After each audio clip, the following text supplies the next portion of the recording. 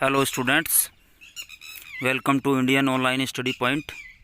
आज हम क्लास 7 के चैप्टर 10 रेस्पिरेशन इन ऑर्गेनिम्स को पढ़ेंगे। रेस्पिरेशन इन ऑर्गेनिम्स जो कि चैप्टर 10 है क्लास 7 का, उसको हम आज पढ़ने जा रहे हैं। तो इसमें हमें क्या क्या पॉइंट्स क्लियर करने हैं या हम क्या क्या समझेंगे इस चैप्टर में, वो हम एक बार देख लेते हैं। देखिए, सबसे पहले हम समझेंगे वाई डू वी रेस्पायर, हम रेस्पिरेशन क्यों करते हैं। हाउ डू वी ब्रीथ, हम ब्रीथिंग कैसे करते हैं। ब्रीथिंग इन अदर एनिमल्स, दूसरे जो एनिमल्स हैं उनमें ब्रीथिंग कैसे होती है हमारे अलावा। ब्रीथिंग प्रोसेस क्या होती है।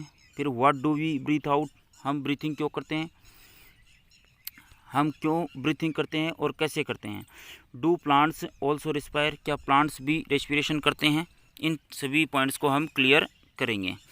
तो हमें कहाँ से स्टार्ट करना है, सबसे पहले एवरी से स्टार्ट करना है। Every organism needs energy to carry out its life process, अपनी जो लाइफ प्रोसेस को कंप्लीट करने के लिए सबको किसकी ज़रूरत होती है, एनर्जी की ज़रूरत होती है। फिर यहाँ से स्टार्ट करेंगे। All the activity which keeps an organism alive like nutrition, growth, respiration, transportation are collectively called as life process.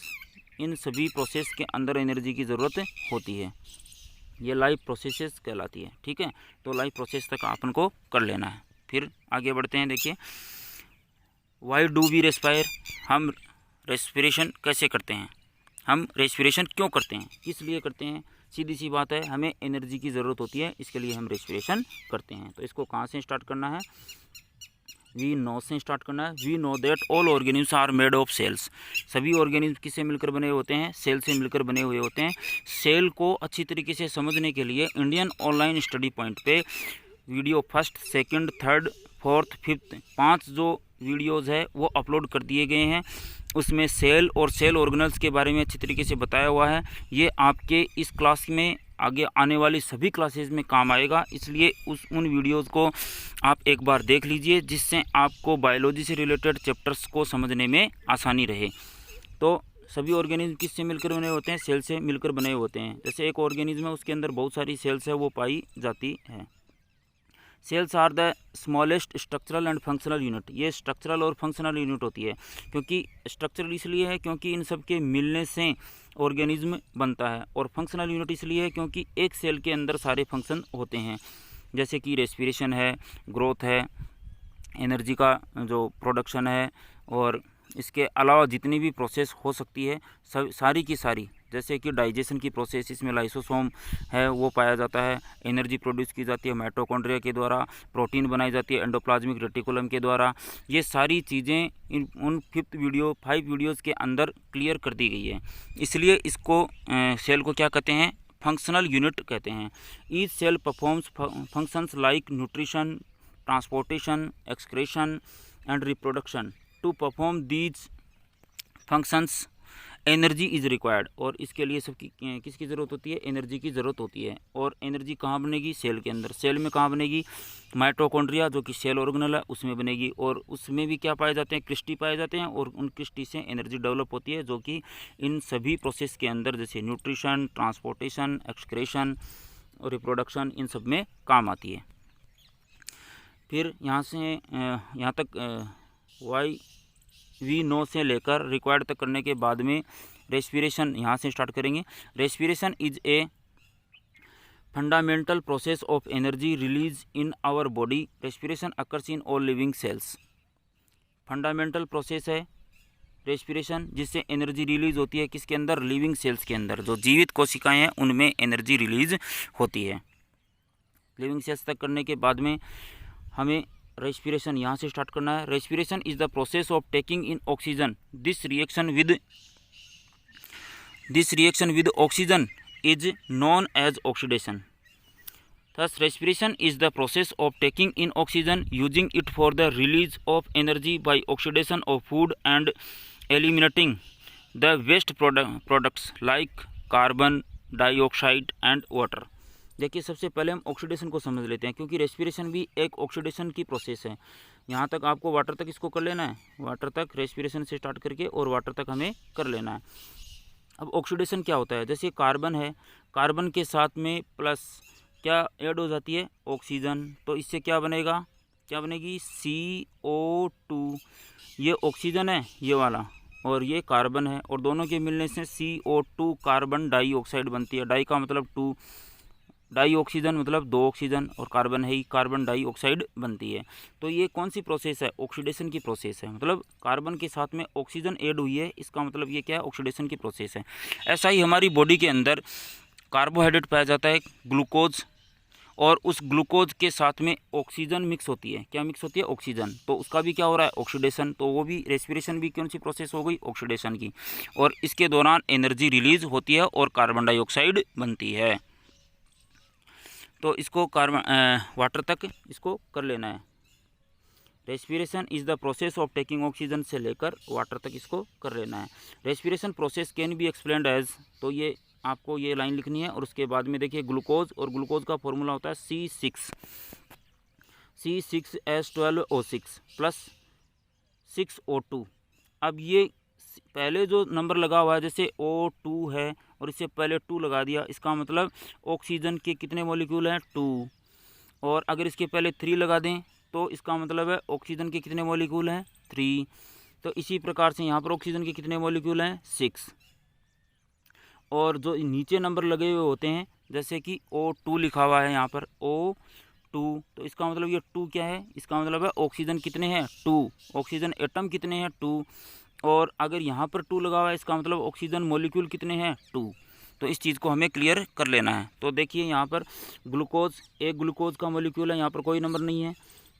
फिर कितने मॉलिक्यूल हैं ऑक्सीजन के, 6 हैं, और इससे कितने मॉलिक्यूल कार्बन डाइऑक्साइड के बनेंगे, 6 बनेंगे, और कितने मॉलिक्यूल वाटर के बनेंगे, 6 बनेंगे, और इसके साथ में एनर्जी रिलीज़ होती है, और यही एनर्जी फिर अलग अलग एक्टिविटीज़ में काम आती है। इसको क्या कहते हैं, रेस्पिरेशन कहते हैं, और ये एक ऑक्सीडेशन प्रोसेस है। तो इसको आप लिख लेंगे यहाँ से, इस रिएक्शन को यहाँ तक लिख लेंगे, ठीक है। अब आगे बढ़ते हैं। द प्रोसेस ऑफ रेस्पिरेशन, यहाँ से स्टार्ट करेंगे। The process of respiration is similar to combustion और burning in many respects.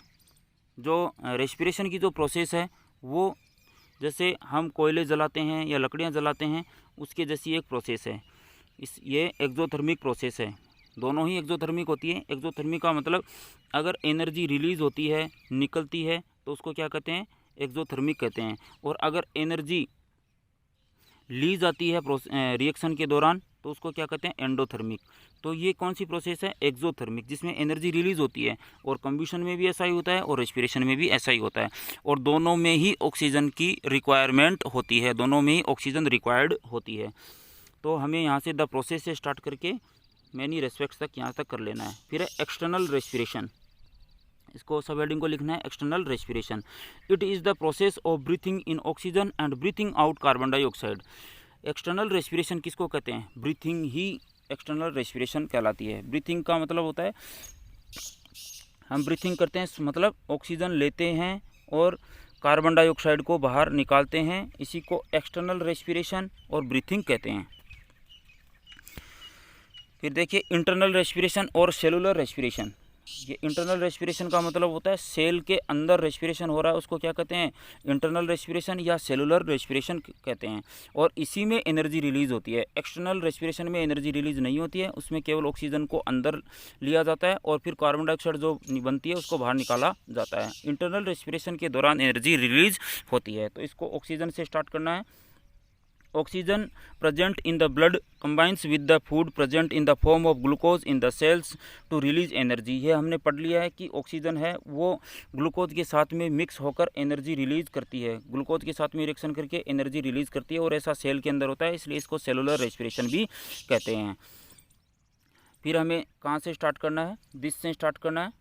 This respiration is called internal और सेलुलर रेस्पिरेशन। अब इसमें पार्ट ऑफ है, इसको नहीं करना है, इसको हटा देना है आपको, दिस से स्टार्ट करना है। This respiration is called internal और cellular respiration and occurs in mitochondria और the powerhouse of the cell. अभी हमने बात की थी कि जो सेल होती है, सेल के अंदर माइटोकॉन्ड्रिया जो कि सेल ऑर्गेनल है, उसके अंदर एनर्जी रिलीज होती है और वो फिर ATP के रूप में संग्रहित होती है। ठीक है, तो ये माइटोकॉन्ड्रिया के बारे में और सेल के बारे में पहले ही 1 2 3 4 5 ये वीडियोज़ हैं, ये अपलोड कर दिए गए, इनको देख लीजिए जिससे आपको ये क्लियरली समझ में आ जाए, आसानी से समझ में आ जाए। तो ये सेल के अंदर माइटोकॉन्ड्रिया पाया जाता है और उसके द्वारा एनर्जी रिलीज की जाती है। अब हम बात करते हैं एक्सटर्नल रेस्पिरेशन, सेलुलर रेस्पिरेशन, जिसको आपको कम्प्लीटली पूरा कर लेना है, कंप्लीट कर लेना है, लिख लेना है। देखिए यहाँ पर एक्सटर्नल और सेलुलर। एक्सटर्नल मतलब बाहर वाला और सेलुलर मतलब अंदर वाला, सेल के अंदर वाला। तो एक्सटर्नल में देखिए, it is a physical process of diffusion, oxygen diffuses in, carbon dioxide diffuse out.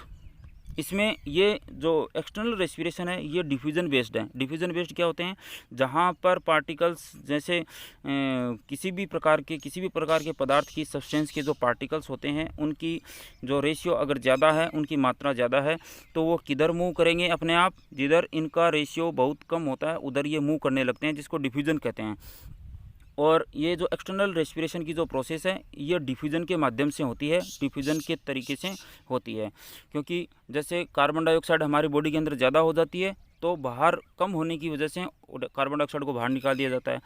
वैसे ही हमारे बॉडी के अंदर ऑक्सीजन कम होती है और बाहर ऑक्सीजन की मात्रा ज़्यादा होती है, इसलिए बाहर से ऑक्सीजन हमारी बॉडी के अंदर चली जाती है। तो ये एक कैसी प्रोसेस है, डिफ्यूजन की प्रोसेस है। डिफ्यूजन की मदद के द्वारा एक्सटर्नल रेस्पिरेशन होता है। फिर सेलुलर रेस्पिरेशन देखिए, it is a biochemical process in which glucose is oxidised and carbon dioxide and water are released. ये हमने रिएक्शन पढ़ ली है, देख ली है। और ये कैसी प्रोसेस है, बायोकेमिकल, क्योंकि इसमें केमिकल तो काम आते ही हैं और ये प्रोसेस किस में होती है, जीव के अंदर होती है, इसलिए इसको क्या कहते हैं, बायोकेमिकल प्रोसेस कहते हैं।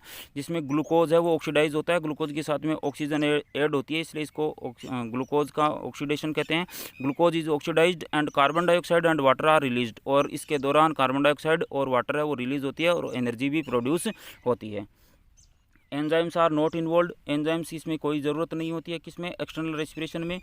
क्यों, क्योंकि एंजाइम एक कैटलिस्ट है और ये किसी भी रिएक्शन में काम आता है। यहाँ पर डिफ्यूजन की प्रोसेस के द्वारा एनर्जी की ही ज़रूरत नहीं होती है, इसलिए किसी भी प्रकार के एंजाइम की भी ज़रूरत नहीं होती है। लेकिन जो सेलुलर रेस्पिरेशन है उसमें several respiratory enzymes are involved in the process, इसमें रेस्पिरेटरी एंजाइम्स की ज़रूरत होती है जो कि कैटेलाइजेशन का काम करते हैं। फिर थर्ड वाला देखिए, it takes place outside the cell in the lungs, और ये सेल से बाहर फेफड़ों के अंदर ये प्रोसेस होती है। हवा किस में भरती है, फेफड़ों के अंदर भरती है। It takes place within the cell, और ये सेल के अंदर होती है। सेल के अंदर माइटोकॉन्ड्रिया पाया जाता है, माइटोकॉन्ड्रिया में ये प्रोसेस होती है। फिर एक्सटर्नल रेस्पिरेशन देखिए, there is no release of energy, यहाँ पर किसी भी प्रकार की एनर्जी रिलीज नहीं होती है एक्सटर्नल रेस्पिरेशन में। और यहाँ पर ये बायोकेमिकल प्रोसेस होने की वजह से इसमें एनर्जी रिलीज़ होती है। There is a gradual and stepwise release of energy, gradual और स्टेप वाइज इसमें एनर्जी है वो रिलीज होती है। किसके अंदर, सेलुलर रेस्पिरेशन के अंदर। मतलब इसके अंदर जो सारा काम होता है वो स्टेप वाइज होता है, 1 बाई 1 करके सारा काम होता है, रिएक्शन चलती है। तो ये टेबल है, अच्छी तरीके से इसको समझ लिया है, इसको अपनी फिर नोटबुक में कर लेना है। Types of respiration, types of respiration देखिए 2 प्रकार के होते हैं। रेस्पिरेशन कितने प्रकार के होते हैं, 2 प्रकार के होते हैं। On the basis of presence of oxygen there are 2 types of respiration. First is aerobic respiration, respiration in the presence of oxygen is termed as aerobic respiration, जिसमें ऑक्सीजन की प्रेजेंस होती है, ऑक्सीजन मौजूद होती है, जिस रिएक्शन में काम आती है ऑक्सीजन, जिस रेस्पिरेशन में ऑक्सीजन काम आती है उसको क्या कहते हैं, एरोबिक। मतलब एरोबिक हवा से मतलब है, और हवा से हम किसको रिलेट करते हैं, ऑक्सीजन को जनरली। तो एरोबिक का मतलब क्या हो गया, जिस रिएक्शन में ऑक्सीजन काम आती है, जिस रेस्पिरेशन में, उसको क्या कहते हैं, एरोबिक रेस्पिरेशन कहते हैं। During aerobic respiration glucose is oxidise to carbon dioxide and water, ये रिएक्शन हमने पहले क्लियर कर ली है। ग्लूकोज होता है, ग्लूकोज के साथ में ऑक्सीजन ऐड होती है, उससे कार्बन डाइऑक्साइड, वाटर और एनर्जी बनती है। एनर्जी किसके रूप में बनती है, एटीपी के रूप में बनती है। एटीपी की फुल फॉर्म क्या होती है, एडिनोसिन ट्राईफॉस्फेट। एटीपी को और एनर्जी कैसे रिलीज़ होती है और कहाँ होती है, इसको समझने के लिए हमें वो वीडियो देख लेने हैं, जिससे ये सारी चीज़ें क्लियर हो जाए। फिर ये रिएक्शन करने के बाद में एनारोबिक में आ जाइए। देखिए एनारोबिक रेस्पिरेशन में, anaerobic respiration takes place in the absence of oxygen. Anaerobic मतलब जिसमें ऑक्सीजन एब्सेंट होती है। Anaerobic respiration usually occurs in the microbes like yeast and some bacteria. Anaerobic respiration किस में होती है?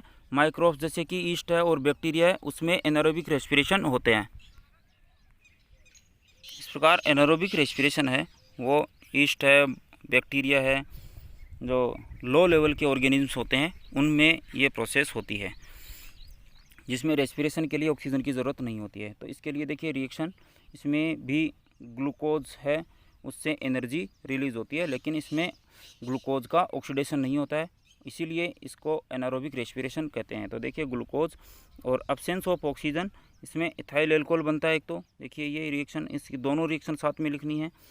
ग्लूकोज जिसका फॉर्मूला होता है C6H12O6, फिर एथाइल एल्कोहल C2H5OH, और यहाँ पर जो पहले जो 2 लिखा हुआ है इसका मतलब होता है 2 मॉलिक्यूल होते हैं किसके? इथाइल एल्कोहल के।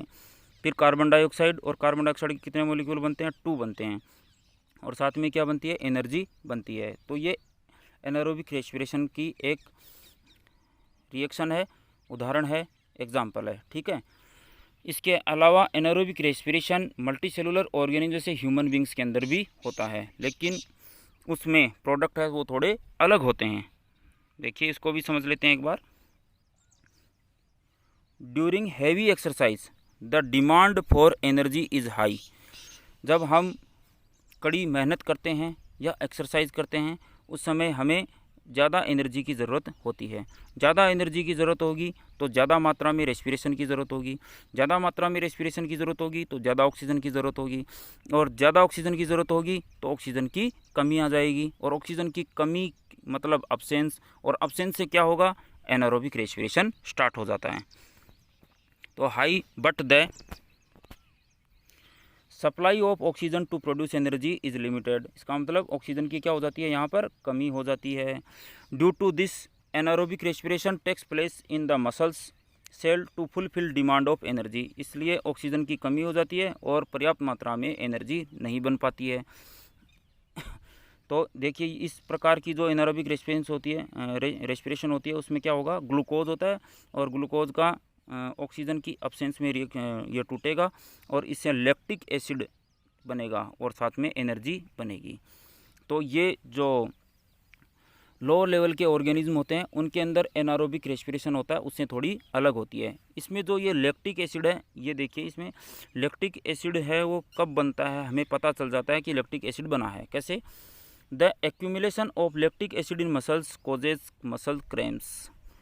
जो अगर लैक्टिक एसिड बन रहा है, मतलब हम हेवी एक्सरसाइज कर रहे हैं और ऑक्सीजन हमें पर्याप्त मात्रा में नहीं मिल रही है, मतलब ऑक्सीजन है वो पर्याप्त मात्रा में रिएक्शन के दौरान काम में नहीं आती है, तो एनारोबिक रेस्पिरेशन होने लगता है, और उस दौरान फिर हमारे पैरों में या हाथों में, शरीर में दर्द होने लग जाता है।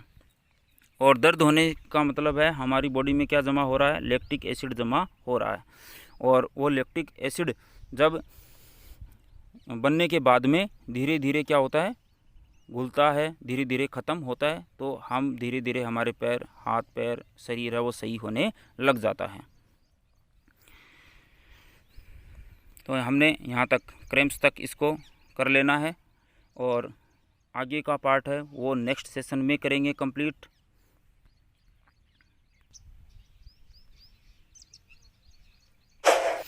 चैनल को सब्सक्राइब कर लीजिए, बेल आइकन को प्रेस कर दीजिए।